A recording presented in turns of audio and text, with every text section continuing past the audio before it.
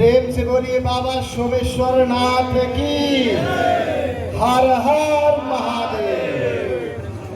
सोमेश्वर दर्पण पत्रिका लोकार्पण समारोह में उपस्थित माननीय विधायक श्री सुनील मलिक तिवारी जी, अनुमंडल पुलिस पदाधिकारी श्री रंजन कुमार जी और हमारे पूज्य संत त्यागी बाबा जी, नगर अध्यक्ष श्री रंटू पांडे जी, मुजफ्फरपुर से चल गया उद्धव गोस्वामी जी, इनके साथ जितने भी लोग उपस्थित हैं, प्रमोद जी, रंजीत जी, जितने भी वार्ड पार्षदगण हैं, प्रमोद मिश्रा जी, प्रमोद पासवान जी और जितने भी श्रद्धालु भक्तगण, मीडिया के कर्मी भोला मिश्रा जी, रुपेश जी, विपुल जी, जितने भी श्रद्धालु भक्तगण, स्थानीय लोग यहाँ उपस्थित हैं, सभी का हृदय से स्वागत करता हूँ, अभिनंदन करता हूँ। आप सब लोग अपनी गरिमामय उपस्थिति दिए। पंडा पुजारीगण, समस्त व्यवसायीगण, विनय बिहारी वर्मा जी, भोला गिरी जी, आप सब लोगों का हृदय से अभिनंदन करता हूँ। चूँकि मात्र 24 घंटे के अंदर ये कार्यक्रम को स्वरूप दिया गया है। निश्चित तौर पर 24 घंटे में जो कार्यक्रम होगा उसमें थोड़ी बहुत त्रुटियां रह सकती हैं, इसमें कोई दो राय नहीं है। फिर भी हम लोगों ने प्रयास किया है कि चूंकि इस वर्ष का ये पहला अंक था जो कि पहले ही प्रकाशित हो जानी चाहिए थी, लेकिन इसमें थोड़ा विलंब हुआ आचार संहिता की वजह से। इस वजह से हम लोगों ने ज़्यादा लोग इकट्ठा हो, इससे ज़्यादा महत्व दिया कि पत्रिका का प्रकाशन ससमय हो जाए, इसलिए 24 घंटे के अंदर में इस कार्यक्रम को आयोजित किया गया और इतने कम समय में आप सभी लोग यहाँ उपस्थित हुए और पूरी धैर्यता के साथ सभी लोगों को सुने। इसके लिए आप सभी लोगों का हृदय से आभार प्रकट करता हूँ और कुछ संक्षिप्त बातें मैं इस पत्रिका से जुड़ी हुई आपके बीच में रखना चाहता हूँ, जो कि बहुत ही महत्वपूर्ण है।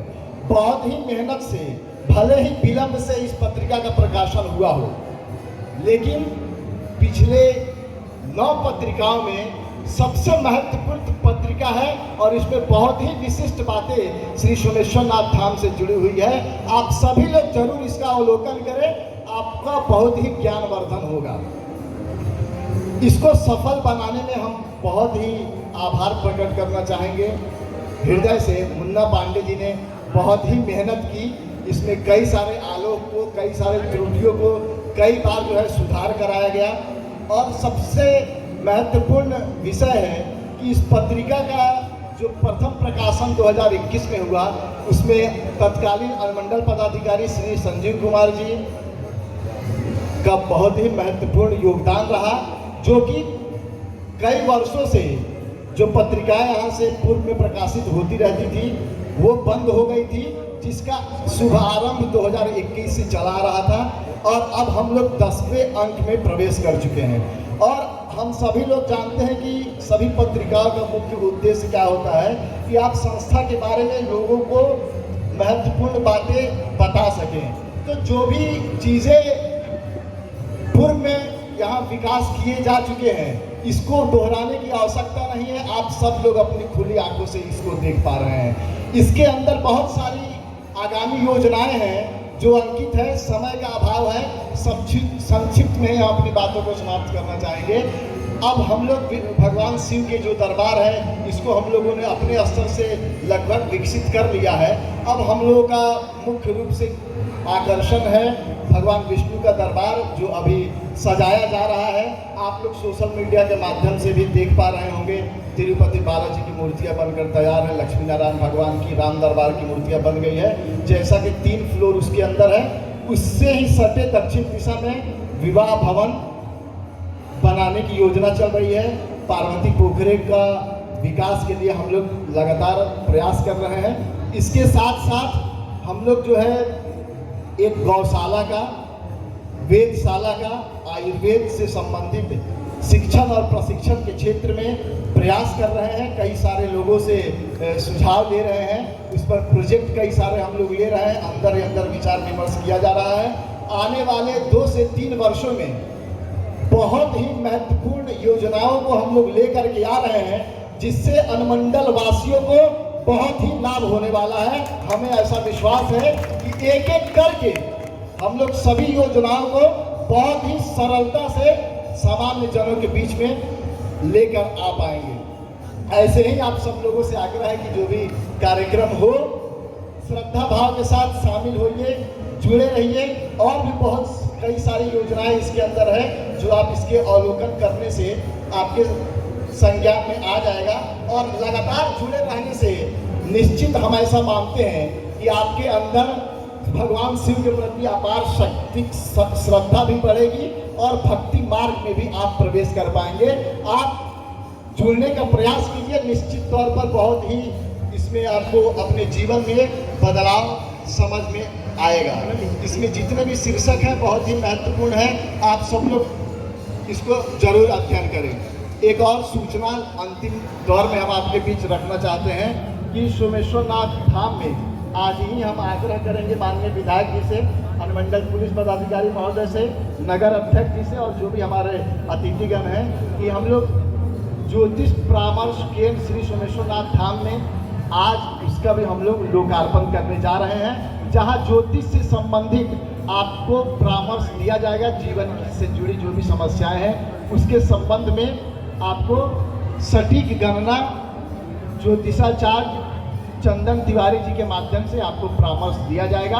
हम लोग प्रयास करेंगे कि आपके जीवन की समस्याओं को ज्योतिष परामर्श के साथ सुलझाने के लिए एक केंद्र के रूप में शुभारंभ आज के दिन किया जा रहा है। चूँकि गंगा दशहरा का बहुत ही महत्वपूर्ण अवसर है, आज ही के दिन माँ गंगा का अवतरण इस पृथ्वी पर हुआ था, धराधाम पर हुआ था। पूरा विश्व बहुत ही धूमधाम से इस महोत्सव को मना रहा है। तो हमारे भी मन में विचार आया कि अगर हम लोग कहीं नहीं जा सकते हैं आज के दिन, तो कम से कम एक ऐसा आध्यात्मिक वातावरण बनाया जाए जिससे कि अरे राज के अंदर रह करके एक दूसरे को गंगा दशहरा के शुभ अवसर का शुभकामना दिया जा सके, एक दूसरे से बात और मुलाकात किया जा सके, माँ गंगा के अवतरण का महिमा मंडन किया जा सके। और इस पत्रिका के माध्यम से समय अभाव के कारण बहुत सारी बातें नहीं आ पा रही है, लेकिन फिर भी बहुत सारे वक्ताओं ने अपने बहुत सारी बातों को रखा है। और अब हम चाहते हैं कि हम लोग अपने अगले पड़ाव की ओर अग्रसर हों। जो ज्योतिष परामर्श केंद्र है उसका उद्घाटन के लिए अब यहाँ से हम लोग चलेंगे। इस पत्रिका का बहुत सारा अंश आपके बीच रखने का मन था, लेकिन अब एक अंतिम 2 शब्द कहकर हम अपनी बात को समापन करेंगे। इसमें लिखा है पेज नंबर 31 में, आपके हाथ में पत्रिका पढ़ सकते हैं। कुछ कर गुजरने के लिए मौसम नहीं मन चाहिए, साधन सभी जुट जाएंगे, साधन सभी जुट जाएंगे, संकल्प रूपी धन चाहिए। अगर आप अपने जीवन में बड़े से बड़े भी संकल्प कर लिए तो निश्चित तौर पर एक दिन साकार होगा। इसी संकल्प से सिद्धि की ओर हम लोग बहुत सारी योजनाओं के इसके अंदर प्रकाशित किए हैं, जो आने वाले समय में निश्चित तौर पर आम जनों के सुविधा के लिए, उनके सहयोग के लिए मंदिर प्रबंधन की ओर से लोक हित में जारी किया जाएगा। एक बार पुनः उपस्थित सभी महानुभावों का, श्रद्धालु भक्तों का हार्दिक स्वागत, अभिनंदन इस कार्यक्रम में सामने होने के लिए बहुत बहुत धन्यवाद। कुछ लोग बच गए होंगे सम्मानित होने के लिए, तो हम आग्रह करेंगे चंदन तिवारी जी से, प्रमोद जी को और रंजीत जी को और जो भी लोग हैं उनको कृपया सम्मानित किया जाए। भोला मिश्रा जी को हम कहेंगे